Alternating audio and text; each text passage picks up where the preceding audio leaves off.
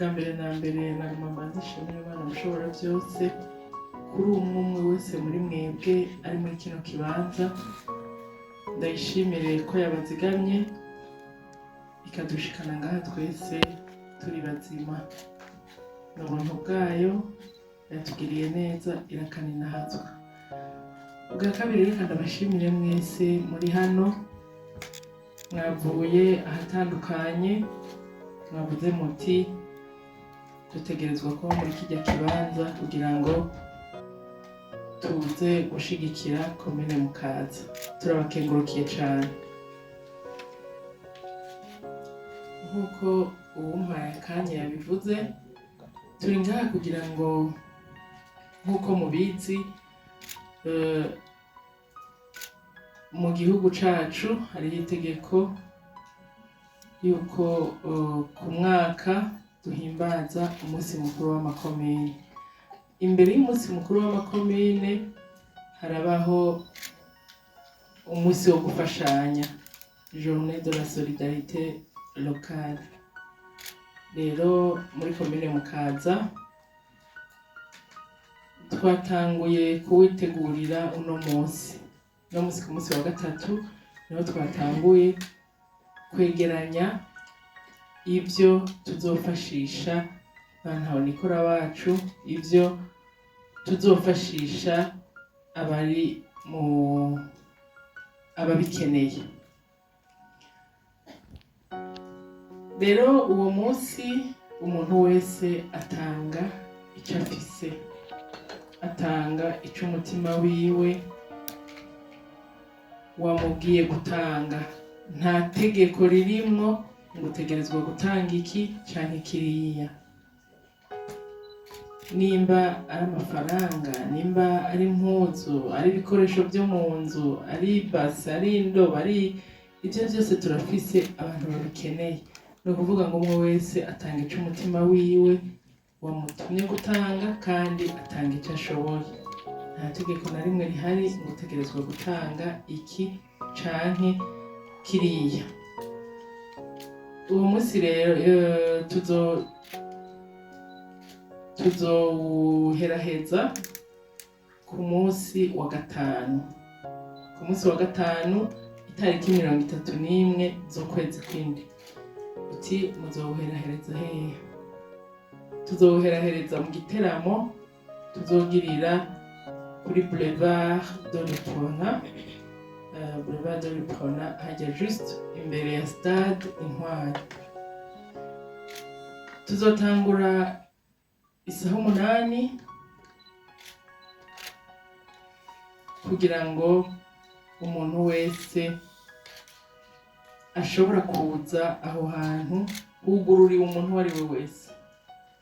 N'ushobora kuronka icyo aterera atashoboye kugiterera muri iyi minsi nababariye guhera uyu munsi, azoza abizanye aho kuri stade, imbere ya stade Intwari kuri Boulevard de l'Indépendance. Uwo munsi nyene tuzoba dufise umushitsi w'iteka. Mubona turi kumwe ngaha, mumenyereye Albert Muhimbare azoba yaramutse aza guteramisha abantu.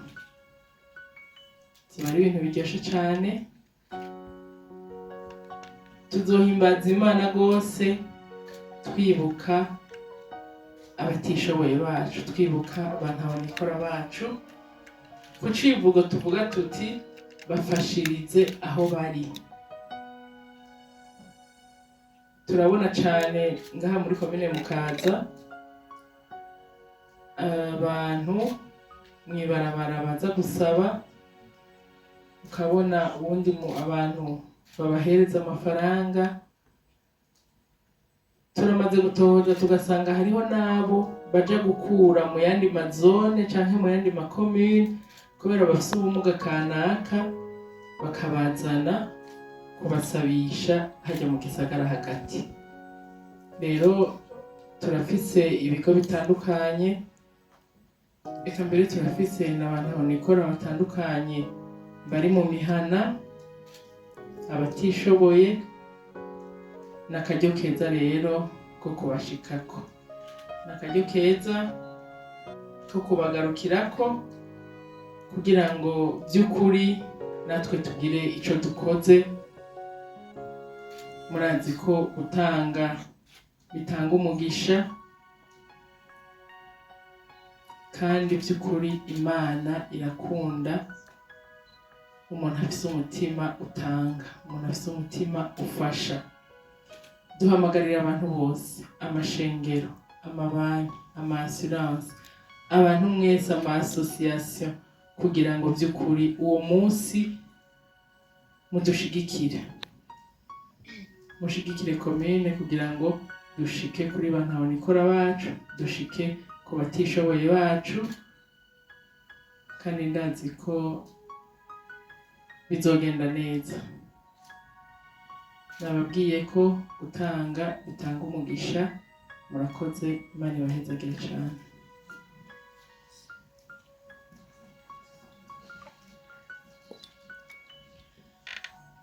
Nagira rero nk'ijambo umunyempano wacu nawe agire icyo abashikirije. Murakoze cyane.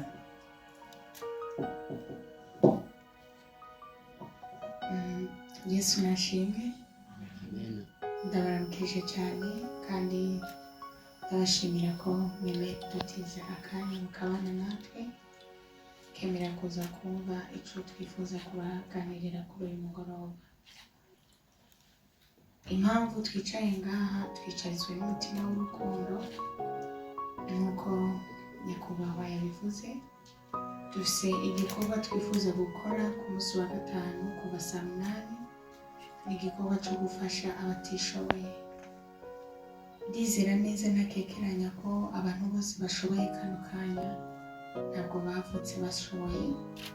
Twese murabizi, muri Bibiliya ntavuga ngo navuye mu nda ya mama nambaye ubusa, nzosubira mu nda y'isi ataco mfise. Natwe twisanze muri iyi si ata kintu kinini dufise, kandi uruhara runini rw'ibintu twita ko twarose si uko twakoze cyane gusumba abandi, si uko benshi muri twebwe tuva mu miryango ikize. Natwe twagize abantu badufata ukuboko baradufasha. Dushitse aha hantu uyu munsi kubera abantu bemeye kugira ico batanga kugira ngo dushobore kugira aho twishikanye mu buzima bwacu. Ari nayo mpamvu kuba hari abadufashe mu mugongo, natwe tudakwiye kubyibagira ngo twibagire natwe kugira abo duterereye, tugira ico duterera mu buzima bwabo kugira ngo nabo bashobore kugera aho bageze. Uyu munsi umwe wese tumuhaye mikro ngo ashobore kuvuga, twese dufise intahe z'abantu twovuga ngo iyo ntabona naka simba narize ntahe z'ishure. Ndazi muri twebwe hari n'abantu bashobora kuba barabaye mw'ibarabara nk'uko bariko barabivuga. Murazi mw'ibarabara ukuntu haryana, n'ubwo abantu batwagwamo n'impamvu zitandukanye. Rero simvuga abo turi kumwe ngaha gusa, ahubwo mvuga n'abariko baradukurikirana. Ni ukuri twese turabizi mu nzu zacu ntituba twibitse ku ikintu kimwe, turisigariza. Reka ku munsi wa gatanu itariki 31, abarundi n'abarundikazi, umuntu wese ashobora gushika mu kibanza bizoberamo. Uhereye umunsi uri kurumva ubu butumwa, ugende mu nzu yawe cyangwa ubaze Mutima Mweranda, wumve ikintu ushobora guterera. Gutanga biba bisa nkaho umuntu ataye, ariko ni imbuto umuntu ateragira, kandi iyo umuntu abivye ntashoka abona ivyo yateye ako kanya, ararindira bikamera hama bikazomugarukira. Ushobora kwibwira uti jewe nkunda gufasha umuntu ari uko ndamwihereye mu minwe, ariko igikorwa kiriko kirakorwa, kiriko gikorwa n'igihugu. Imfashanyo umuntu wese azozana ndizera ko izoshikira abo yageneye guhabwa, kandi izobagirira umumaro. Kandi ni igikorwa c'Imana tugomba dukore, kizotugirira umumaro twese. Rero narondogoye, ndahamagarira umuntu wese ariko araturaba, si ngombwa utanga amafaranga, haba amashirahamwe, haba amashengero, haba abanyempano. Ku ruhande rwanje hambavu y'ibyo nzozana bigaragara.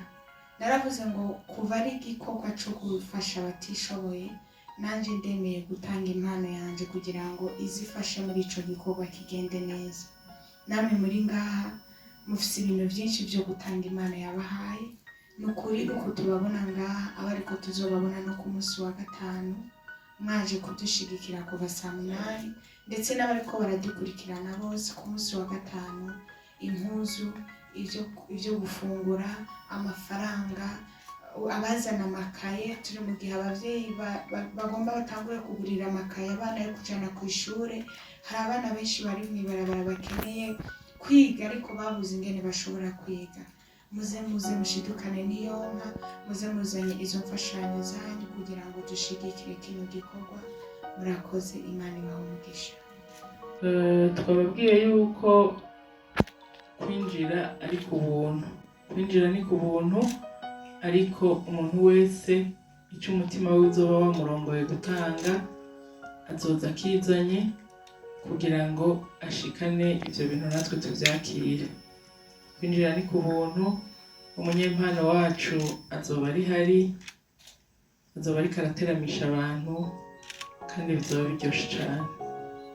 Reka twizije ngo urazana iki n'iki n'iki, ariko twese ni ukuri tuba tuzi ibintu nkenerwa mu buzima bw'umuntu.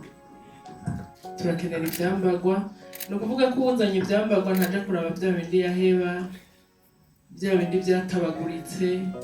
Oya, uraraba ico nawe woshobora kwambara ukaja mu bantu, kuko nubwo uwo muntu aba ari ntaho nikora, si we aba yaravyigize, kandi nawe aguma ari umuntu, aguma ari ikiremwa c'Imana. Ni ukuvuga iyo mpuzu nawe ubona utoyambara ntuyitange, utange ico ubona nawe ushobora kwambara, ko n'uwagiye kucambarana umuntu nkatwe. Hama murazi yuko abantu babikora barakenera ibifungurwa bitandukanye, cane cane turasaba nk'abazana ibifungurwa ibitabora. Murazi yuko nk'uko umunyempano yabivuze, turegereje,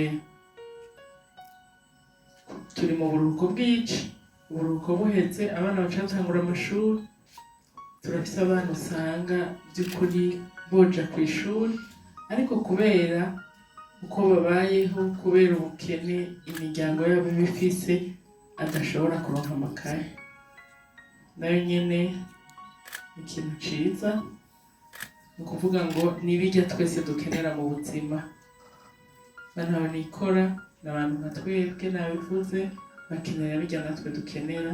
Ni ukuvuga ngo umuntu ico aronse ntaze yitinye, ico arico cose tuzocakira. Murakoze cane.